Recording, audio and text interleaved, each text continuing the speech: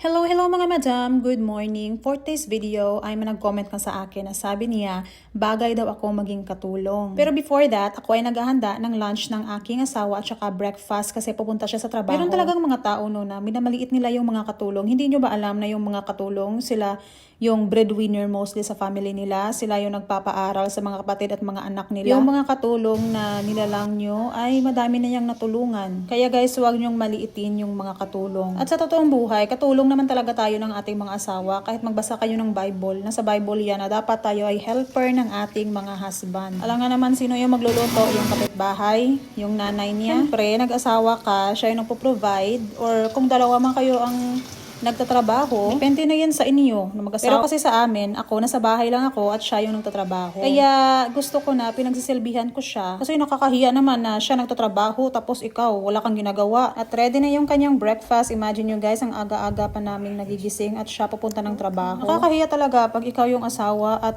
tutulog ka lang. Okay, sana paglumpo ka. Pero hindi ka naman lumpo. Siguro depende rin sa babae. Kasi ako, mas gusto ko na pinagsisilbihan mo ba yung asawa mo kasi ina-appreciate ka din. At may mga leftover food pa nga siya. So sabi niya, yun na lang yung dadalhin niya sa work. Yun yung pang lunch niya. Kasi hindi naman talaga to siya kumakain ng mga ano-anong food. Ito lang yung gusto niya. Tapos masakit pa yung likod niya. Hindi pa yan talaga siya makapag-bend. Kahit nga pagsuot ng boots or medyas, minsan ako pa yung nagpapasuot. Sabi niya, iba daw talaga ako. Sabi pa nga niya sa akin, as long as kaya niyang i-provide yung needs namin, ayaw niya akong pagtrabahuin. Ayaw ba? Sana all. Pero by the way mga madam, kung gusto mo ng GCash, baka mapilian kita sa susunod. Don't forget to follow me at share this video. Yun lang. Bye-bye. Oh, my back. Hurts? Yeah, can't lean forward like that.